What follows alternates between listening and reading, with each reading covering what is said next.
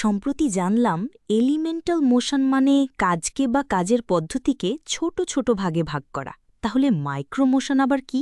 Elemental মোশনের ভেতরে থাকে আরও ক্ষুদ্র মুভমেন্ট, সেগুলোই হলো মাইক্রোমোশন। মাইক্রোমোশনকে আরও ক্ষুদ্র ভাগে ভাগ করা যায় না। যেমন ধরো মেশিনের সুইচ টেপা, এটা একটা এলিমেন্টাল মোশন। এইটার ভেতরেও কিন্তু কয়েকটা মাইক্রোমোশন থাকে, যেমন হাত তোলা, আঙুল এগিয়ে দেওয়া, বোতাম টিপা, হাত ফিরিয়ে আনা।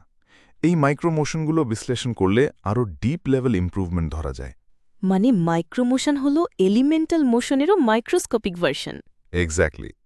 ফ্র্যাঙ্ক অ্যান্ড লিলিয়ান গিলব্রেথ এই মাইক্রোমোশন নিয়ে থারব্লেগ নামে 17টা কমন মুভমেন্টস ডিফাইন করেছিলেন, যেমন রিচ, গ্র্যাস্প, হোল্ড, রিলিজ, ডিসএঙ্গেজ ইত্যাদি।